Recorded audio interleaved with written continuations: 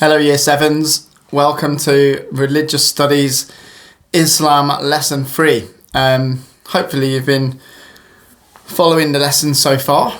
Let's just recap what we've done because I forgot, it's been so long.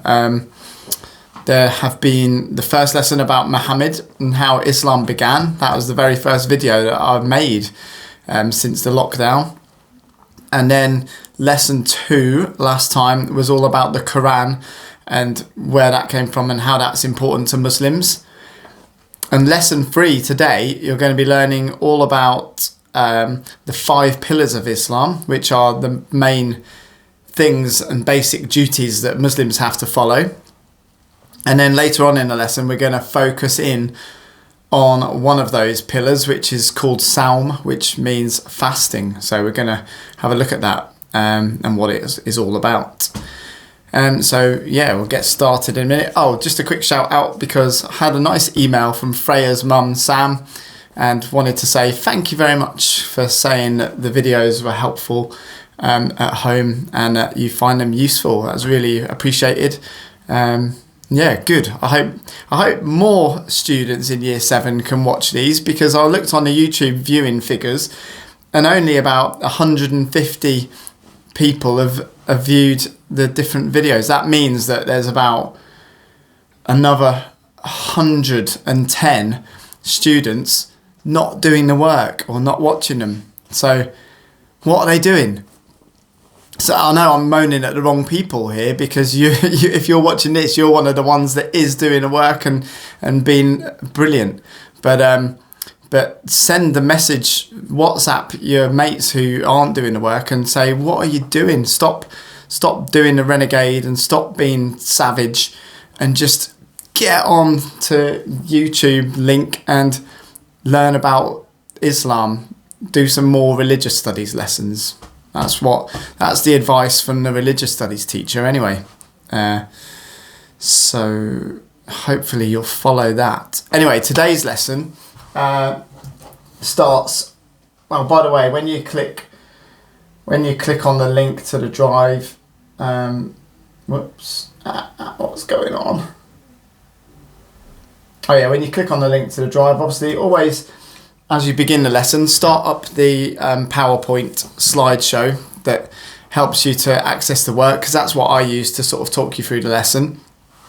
And the other documents that are in there are for you to print off if you've got a printer, and if not, just get a bit of plain paper or any old paper, and most of the activities you can just do. I think all of the things that we're setting really now are stuff that you can do without a printer, because I haven't got a printer, so if I was doing it, I'll sort of think about it like that. Anyway, the first question on the first slide is, what can you not live without? And there's pictures on there of things like an Xbox or a phone or Facebook. I know you guys are young now and probably don't use Facebook anymore, but when in my sort of 20s, when social media first came out, Facebook was the most popular one, and some people are still just glued to it all the time. I mean, I probably look at it every day, to be fair. Some people say things like, I can't get up in the morning and do anything before I've had a coffee. So, they're plainly even addicted to coffee. Some people say, I can't function without coffee. It's basically like taking drugs before you need to do anything. I know that that's probably a bit harsh on coffee drinkers because they obviously like it.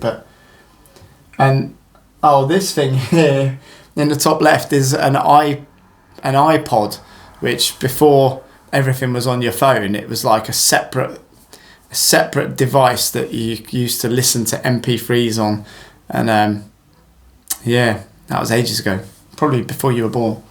But some people at the time couldn't really live without them. They had to always have their iPod in.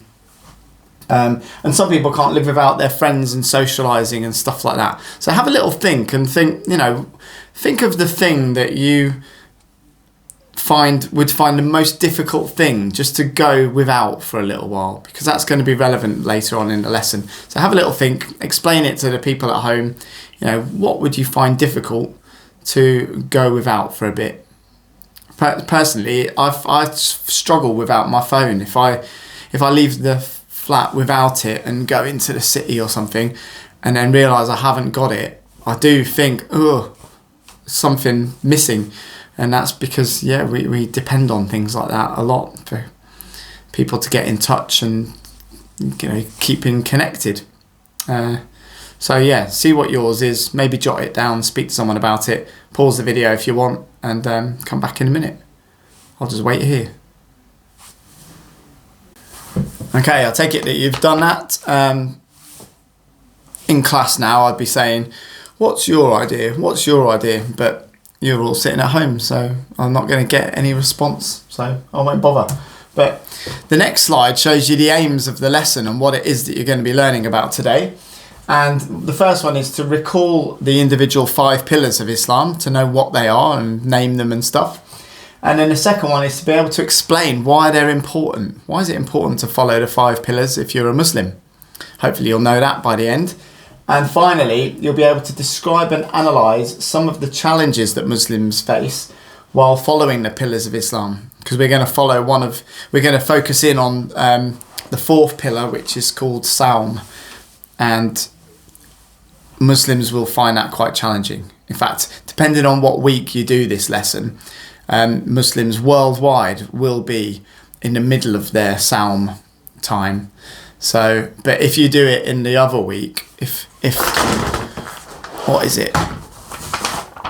Yeah, it's week 2 next week. So if you do it next week in week 2, Muslims will still be fasting. But if you do it the week after, back in week 1, they'll have just finished and they'll all have been celebrating and eating loads. So yeah, depending on when you do the lesson, it will be different.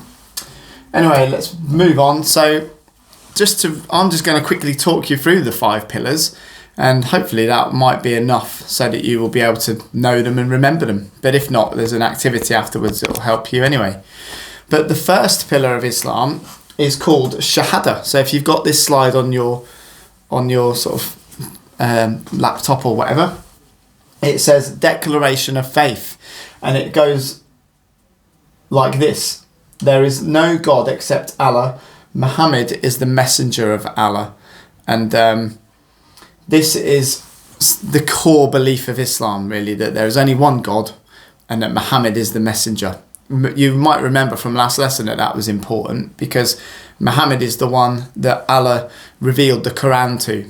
And so remember when you learnt about the Quran last lesson, the Quran is the biggest level of authority that Muslims have on the planet, really, because they believe it is the words of Allah revealed directly, and it's not changed since then. It's remained in the original language, and that to them is really important. But if they believe those words and they say it a lot, then that kind of reinforces their main core belief. So, and it's so important that I think I read somewhere that the Shahada is the first phrase that is whispered to newborn baby Muslims. And also, if someone's dying on their deathbed, the Shahada is recited to them as hopefully the last thing that they will hear. So for Muslims, it's the first and last thing that they will hear in their life. So that's probably, that really, if nothing else, emphasises that that's the most important belief for them. Then that is it. Anyway, number 2, it's called Salah, and it means prayer. And you'll learn about the 5 pillars. That the reason that they're called pillars, arguably, is that they support the faith of the Muslim. Imagine this is the faith of the Muslim, and the 5... I can't do it because thumbs aren't as long as fingers, but the 5 pillars support the faith of the Muslim. And they also support each other, like actual pillars. They support each other as well. So this one, Salah, which means prayer, reinforces the first one, because the Shahada is always at the forefront of the mind of the Muslim. And prayer just means that the Muslims pray 5 times each day, facing Mecca. So if you spread out those prayer times 5 times during the day, any given Muslim who follows this is never more than just a few hours away from being drawn back to reciting their core beliefs and their faith.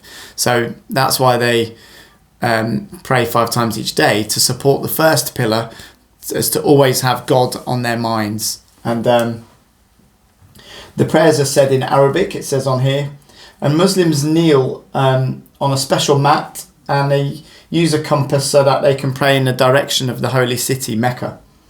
Why do you think Mecca is the holy city to Muslims and they pray towards it? Yes, that's right. It's because Muhammad was born in Mecca, and that's where the religion of Islam began. And Muslims wash their hands and forearms as they go in to pray in the prayer hall. That's called wudu. Not all Muslims pray on a mat, by the way, because if they go into a mosque carpet is normally laid out in a way that helps them pray in rows, and it's all very ordered and what have you. But for a Muslim who can't get to a mosque, they have prayer mats that they might carry around with them if they're travelling. And Muslims often stop and pray on journeys and things like that. I've actually got a prayer mat. Wait, I'll show you. I bought this prayer mat in Birmingham when we went to a religious studies trip, and there were lots of mosques around, and you can see that this one has a compass on it so that Muslims can pray in the correct direction. They can face Mecca while they're doing their prayers.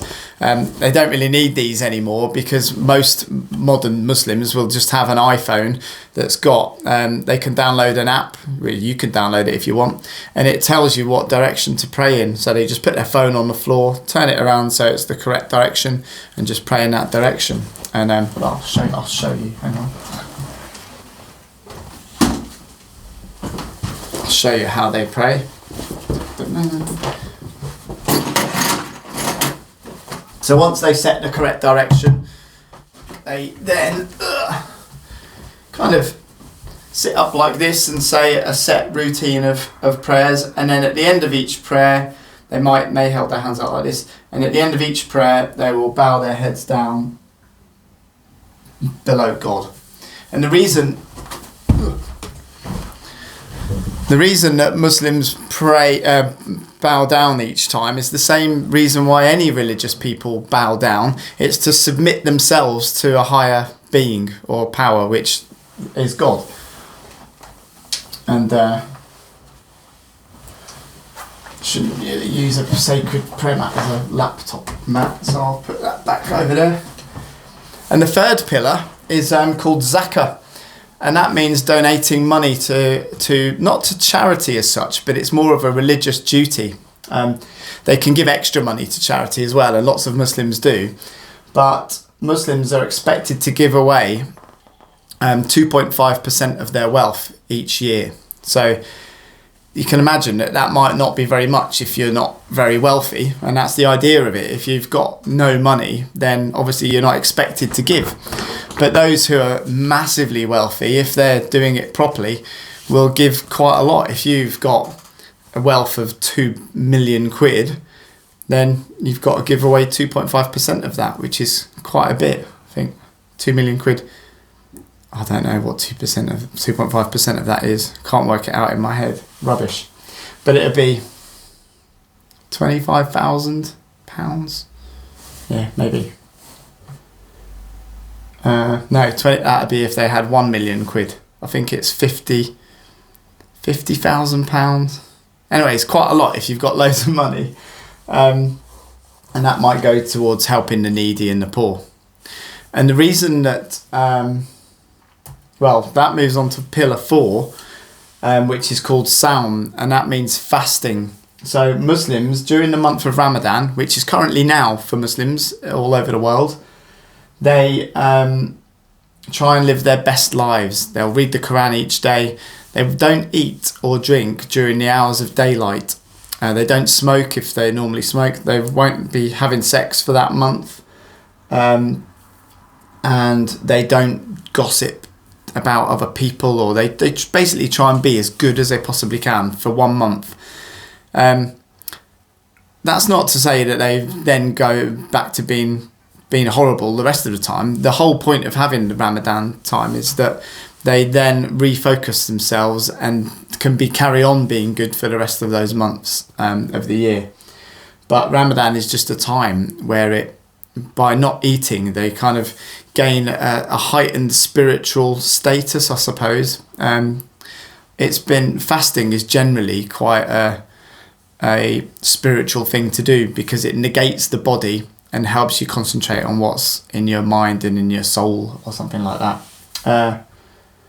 And when I was saying earlier about the pillars supporting each other, that's because pillar 4, fasting, supports pillar 3, because while you're doing your Ramadan and you're fasting and not eating and drinking during the hours of daylight, you do get hungry, you do get really weak, and you learn and help and empathize more with people that are like that all the time, that are in that situation all the time. It's a bit like at my school once when it was comic relief time, they didn't give us our normal school dinner. They just gave us like a tiny little bit of rice one day, and we were all kicking off, what's all this? And they said that's how much a child in a really poor country has to live on each day. And we ate it, and we felt really, made us feel a bit bad that was what we would, we would moan about that, but other people, that's all they've got. So Muslims do this every year to help identify with the poor, and then it makes them more likely also to give that donation of their wealth each time, because they remember what it's like to be hungry. And finally, the last pillar of Islam is called Hajj, and it just means going on a pilgrimage. Every Muslim in their life, if they can, should visit the holy city of Mecca. And they do a set pilgrimage route which follows the journey of Muhammad that you learnt about in lesson 1. So those are the 5 pillars. Now if you click onto the next slide, you'll see them all as one, and a quick reminder. So Shahada, belief in Allah; Salah, prayer; Zakah, charity; Saum, fasting; and Hajj, pilgrimage. And as you press on the button, it reveals them all. See if you can revise that bit now. Maybe pause this video and get this slide up and just really have a look at it and try and commit it to your memory as best you can, and then move on to the slides afterwards, which have also got a bit more detail about each of the 5 pillars. Again, just read it. Some of the stuff is what I've said already, but that's good because then you'll remember it. And once you've got to the end, give yourself, 5 minutes just to reread it over again. Make sure you know all the information. And then move on to this slide. And if you've printed this sheet off, then fine, you can use that. If you've taken your folder home with you, this will be in there anyway, so you'll have this. But if not, just use the headings on this sheet. Pause this video and then try to fill in this information as best you can based on what you've read. Okay, and that will show that you've learned about the 5 pillars, you know what they all are, and you can explain them. Okay, good luck with that. Go, see you in a minute. Okay, we rejoin this lesson with some anagrams. Here are some anagrams of things to do with what you've been learning about today. Can you come up with what each one is? So pause it now and have a look and see what you can do. If you've done all you can and you still haven't got them all, and you've unpaused this video now to see what to do next, but you haven't got them all yet, here are some clues to help you. If you have done them all and you've got them all, then you can just sit smugly while these clues are here going, hey, I don't need the clues, I've already done it. But if you do need the clues, that's good, because these will help you now. If you want to pause it again to have another go, see if you can get them all. And then finally, I'll reveal the answers. Oh, I haven't done the answers. Rubbish. Okay, I'll just tell them to you. So this first one is something that you think is true. So it's a belief. B-E-L-I-E-F. Belief. Number 2, when you're talking to God. So for Muslims, they pray to God. Well, every religion pretty much prays to God. So P-R-A-Y-E-R. And Number 3, what you do to help people. I know I said earlier on it isn't called charity, it's more like a sort of religious duty. But anyway, I've done on these anagrams, made it charity, CHARITY. Number 4, not eating any food. I mean, I know there's a bit more to it than that, and you'll learn that in a minute, but it's fasting. FASTING. Did you know that's why breakfast is called breakfast? Because over in the night while you're asleep, you're hopefully not eating. But when you wake up in the morning, you're all really hungry. And that's why it's important to eat breakfast, because it fuels you up for the day. So when you eat your breakfast, Rice Krispies is what I had today, you're breaking your fast. That's why it's called breakfast. Breakfast. Bet you didn't know that. Anyway, a religious journey to a special place is called a pilgrimage. PILGRIMAGE.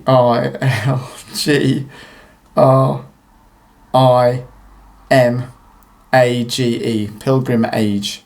So hopefully you got all those right. Well done if you did. And you're a star. Next thing then. Okay, well done. I've just thought actually this next bit will be really easy because I've already told you what this 4th pillar is about. But we're going to focus in now. Pillar focus, it says on the next slide. Think.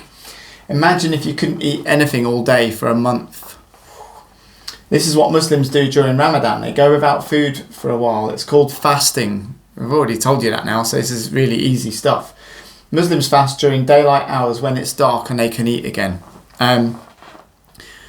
Don't worry, loads of you probably have questions about this, like what if they forget and just eat a Snickers by accident or something? Well, again, Muslims it's not the be all and end all. If you're sick and you're poorly or you're a pregnant lady, you don't have to do Ramadan. Or if you're really old, some athletes choose not to do Ramadan because, you know, if it's on at the same time as the Olympics or the World Cup, that's a big problem. Although famously some Muslims have carried on fasting even at really important times like that to show their faith. But, you know, it doesn't matter too much. God, if they try and do it, that's the main thing. It's the intention that is most important. I've had loads of good questions about this in the past. I'll try and think of some. Some people say, what if they live in a country where it's always daylight and, you know, like Alaska at certain times, the sun never goes down for months? Well, if it's that, then they publish certain hours that you should follow. Or if you're in doubt, you can always just follow the Mecca hours that are published. I remember one Muslim astronaut still followed Ramadan, but obviously he was orbiting the Earth, so it was always, you can always sort of see stuff. But it was that person actually followed the Mecca fasting hours and still did it, you know, even though he's whizzing around in space, which is pretty awesome. So anyway, the next activity is that you need to watch a video and answer these 3 questions. The questions are: why do Muslims fast? What do they find difficult? And when do they fast? I think those questions, I must have written them really quickly one day. They're not the greatest questions, but anyway, put them on a bit of paper, and then as you watch the video, you can answer those questions. I just remembered some year 8s had a bit of a problem with videos not working, so to avoid that problem, you can either watch the video on your laptop now, or I'll play it within this film. Hang on. Okay, so on your PowerPoint, you just click the Ramadan movie, and it should work. Just say okay. And this is what will come up. I'll be quiet now so you can just watch it.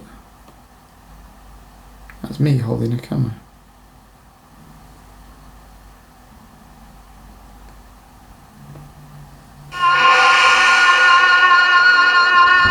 Of course I enjoy Ramadan here, because you know what? I make Ramadan. You create your own scene, get together with your Muslim friends, go eat somewhere. Single Muslim around the world is doing the exact same thing. It's just fun sometimes. It's fun like to be a part of what everyone's doing.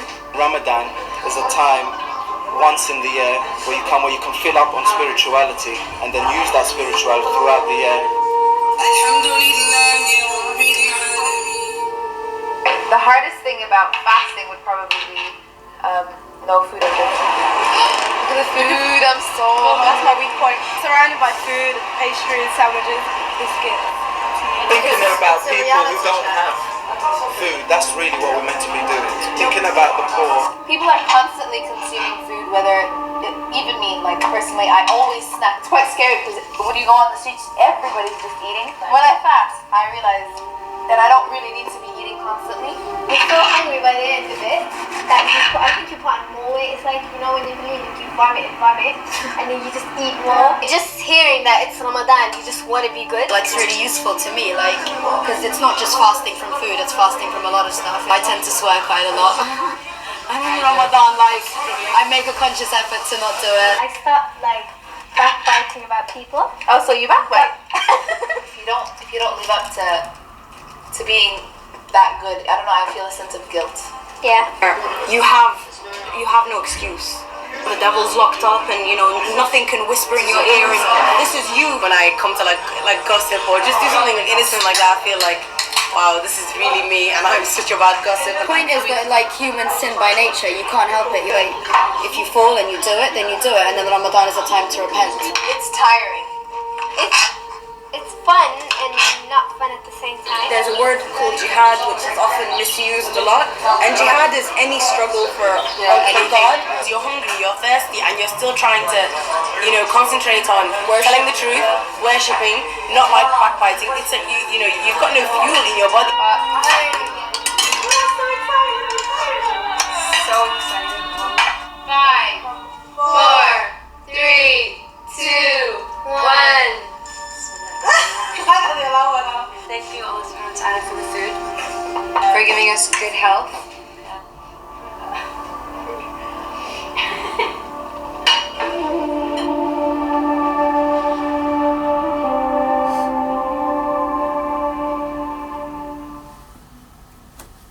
That's the end of the video. Right, so hopefully you can now answer these questions. Why do they fast? What aspects of it do they find difficult? And when do they do it? When do they fast? I just realised that question is probably too easy because now you know when they fast. But try concentrate on the first question the most. Really, I think that's really important. Why do they do that? Why does anybody fast? Think about Easter and Christianity as well. Not Easter, I mean Lent, leading up to Easter, because it's the same principle. It's the same sorts of reasons why they give something up during that time. Okay, so by watching that little video, whether you watched it on this video or clicked on it yourself to get a better picture, then hopefully you understand Ramadan a lot better. The next task is in the documents on your in a shared drive link. You should have a Ramadan diary, which is written by a BBC, I think. Oh no, she doesn't work for the BBC, but her name is Tamana Rahman, and she wrote a Ramadan diary, and it was put on the BBC website, I think a couple of years ago. And your job is to read the first 7 days of the diary, which I've put on that document.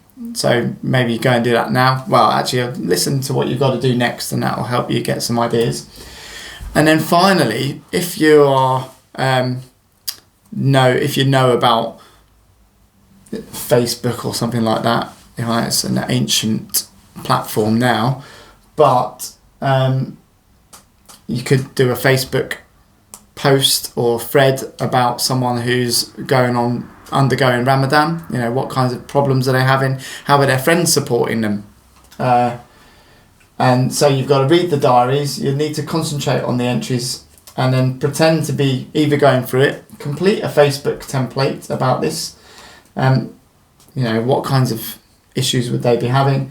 Or you could complete a dolphin entry, pretend that you're writing for the school newsletter and write about how Ramadan is affecting you, what kind of difficulties are there, but most importantly, what do you get out of it? What would you get out of it? Pretend that you're a Muslim going through Ramadan at the moment. You could probably find loads of good stuff on the internet now that you're learning from home, to find information, and I bet there's loads of articles and Twitter posts and things like that about how people are dealing with Ramadan. Search it up on TikTok maybe, because I bet lots of Muslims are posting their feelings and thoughts and how they're, enjoying Ramadan on there. And once you've done that bit of writing, that's pretty much the end of the lesson. Had a thing here there's a Twitter. I don't know if anyone still uses Twitter who's your age, but in 140 characters, try and sum up what you have learnt this lesson about the 5 pillars. See if you can make it into a little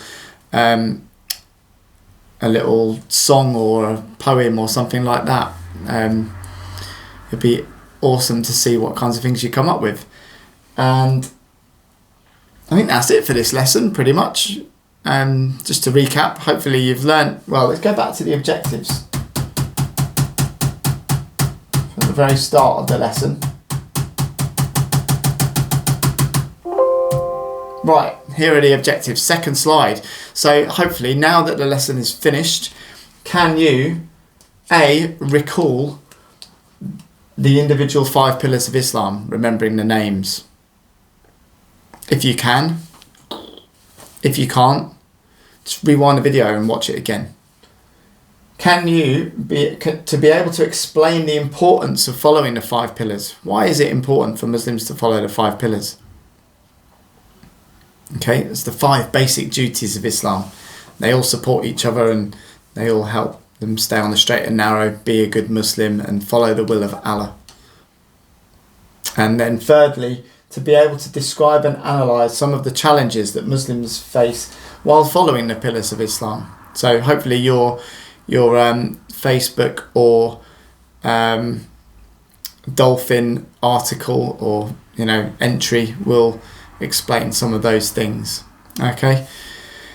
If you've got any questions or problems, just get in touch, email, and keep staying safe and have a great half term when you get there.